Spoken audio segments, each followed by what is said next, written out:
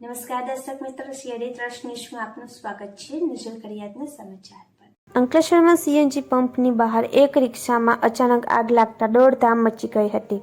રિક્ષા ચાલકે તાત્કાલિક ડોલ વડે પાણી લાવી આગ ઉપર નાખતા આગ ઓલવાઈ ગઈ હતી, જેના કારણે મોટી ઘટના બનતા અટકી ગઈ હતી.